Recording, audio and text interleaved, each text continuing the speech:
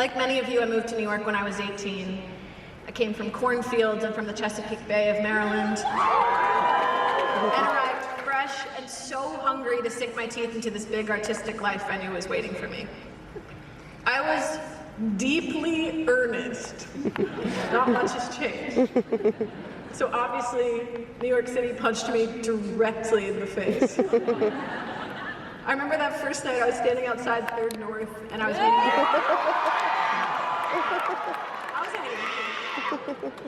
meeting up with some live kids for the first time, and a woman came over and asked me if I had a cigarette.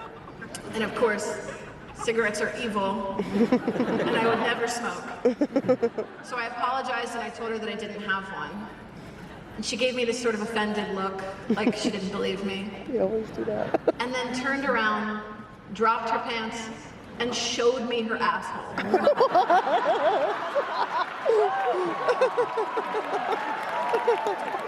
That maybe should have been the first sign that I was in for something unexpected. That next day, my class gathered for the first time, and we were each given 5 minutes and an aux cord to introduce ourselves and play some of our own music. And I remember I was wearing this long floral skirt I had bought at the Goodwill in Maryland and an American Apparel tank top. This was my coolest outfit. I had sort of tucked my knees up into my chair, which of course is the universal sign for misunderstood art girl. I reeked of self-importance. But when it was time to introduce myself, I went up, barefoot, and instead of playing anything from the self-produced album that got me into Clive in the first place, I decided I wanted to read a spoken word poem, as I told my music classmates, because I wanted to be known for my words. Just like, oof. In all fairness, here I am, words and all. But I think everyone in this room feels the cringe of how annoying I was, because maybe it's how annoying you were too 4 years ago.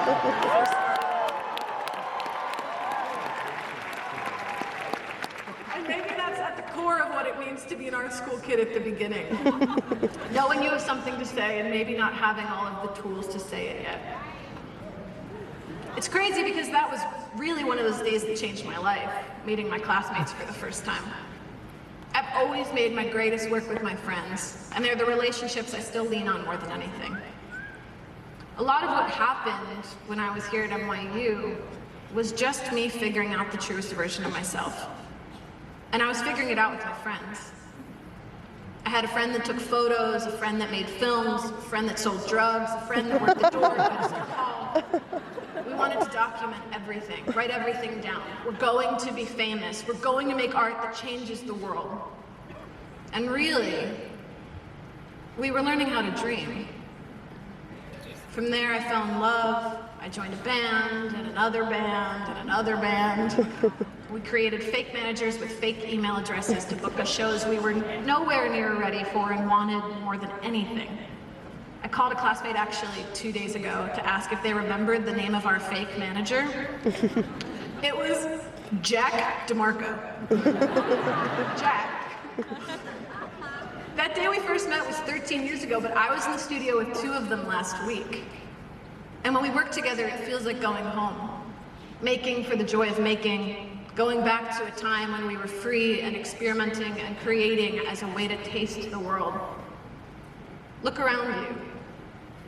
These are the most important people of your career. Someone told me that when I graduated, and I didn't believe them because I was so excited about all the life and new faces that was ahead of me, but they were right. A lifetime making art is in some ways about your tolerance for risk, whether it's money or lifestyle or your own heart. But it's equally about your ability to dream. In the years between learning how to dream and actually getting there, the whole time I felt like I was being tested. Like the universe kept asking, are you sure this is what you want? Is it what you want if you're going to be heartbroken, or exhausted, or vulnerable, or unsure? When you love something so much, it can be terrifying to give it everything you have. and God forbid I failed at a music career at 20, then my life would really be over. What I learned from my friends is that you have to keep the dreams bigger than the fear. I remember coming home one night from the studio my senior year with a new song I was calling Alaska. I hadn't really made music I loved in a few years, and my advisor, Errol, advised me. Errol had just informed me that I really needed to show up if I was going to pass. I sat on the roof of my East Village apartment that night with my roommate, wondering if the song was good enough. We both agreed. It was way too poppy. But its existence still meant I had something to turn in on Monday. When it came down to it, those dreams kept me going and kept me focused, but it didn't actually matter what I had planned or pictured for myself. On a foggy day in March, that also happened to be Dean Green's birthday, my career arrived overnight. It's this Cinderella story of a video. Maybe you've seen it, maybe it was force-fed to you. If you haven't seen it, I play a song for Pharrell Williams. He really likes it. His reaction goes on YouTube. Ta-da, I'm famous. What people saw in that video was this moment of alignment. They saw a past life or the universe or whatever you want to call it come along and hold my hand to the flame. But no one saw all the hard work or all the times I almost quit. They never heard the songs that didn't work or the shows that were just bad. I'm remembering particularly this Halloween DJ set, the opening night of Baby's All Right, where I was dressed as the death of capitalism.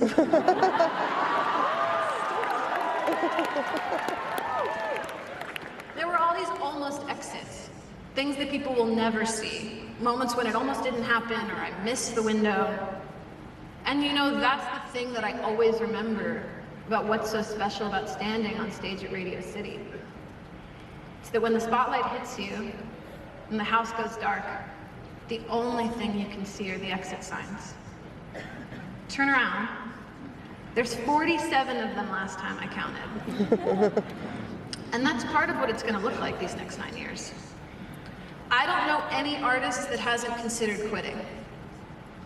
But you didn't get here because you wanted to do something easy. You got here because you wanted to do something great. Art is not an industry or a game, it is a practice. And over again, it is your artistic faith that will save you. The unflinching belief and constant recommitment to your singular gifts and to your own unique timing. It's the most important quality that you possess. And I can tell you from here that every time I stare into that spotlight, I see something bigger than myself. There is a history and a reverence to this practice and to this building. Sly and the Family Stone played their last show and broke up on this stage. Britney held a python and made out with Christina and Madonna. I played Alaska live here for the first time at my graduation. Wow. Ella Fitzgerald and David Bowie and Beyonce looked up into that spotlight. And today you'll join that history. Every time that spotlight hits me, no matter where I am, I make the choice to show up, to make an offering, to give something of myself. You prepare and you work and you prepare, and then very much like graduation, you have to just let it happen. Your greatest collaborator is not a person, it's a moment. The thing about being an artist is that it's not a profession, it's a vocation. It's not something you do or sign up for, it's who you are. It's something that calls to you from the deepest depth of your being. Although if you're here now, you probably already know that. The world needs you, bright and brave feelers, now more than it ever has. The year after you graduate college is strange and hard. And I've been thinking about what I wish I could tell that girl 9 years ago when I sat where you sit now. I remember being terrified of changing, that fame would come for me and that I wouldn't stay grounded or stay the same Maggie. But of course it changed me. The creation of a piece of work will always fundamentally and cellularly transform you. And that's kind of the whole point. But I tell her it's kind of punk to take the long road. That it's her job to tell the truth. And I hope NYU would agree and value the importance of doing so for all past, present, and future students who express themselves in these halls.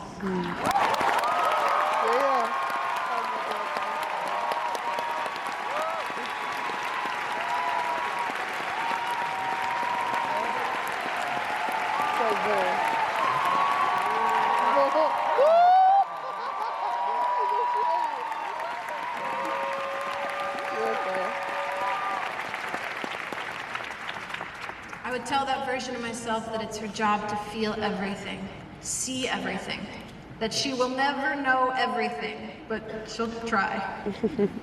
I'd tell her to take care of her audience as if they were her friends.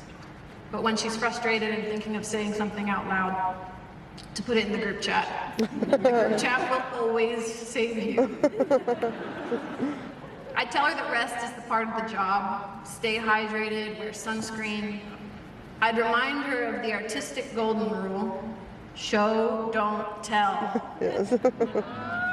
I tell her that when she's in LA for the first time and she goes to a birthday party at Charlie XCX's house, remember that the peach rings are candy. They're not candy, they're weed. So just have one, maybe don't have 5. I'd remind her that 2 artistic careers will never be the same. And that numbers do not matter. What matters is how you make people feel. I'd tell her that the people you do this with and how you define what it means to live a beautiful life matter more than anything. It's not lost on me that when you walk out of here today that you're going to be using one of those exit doors. But maybe, just maybe, all exits can be entrances too.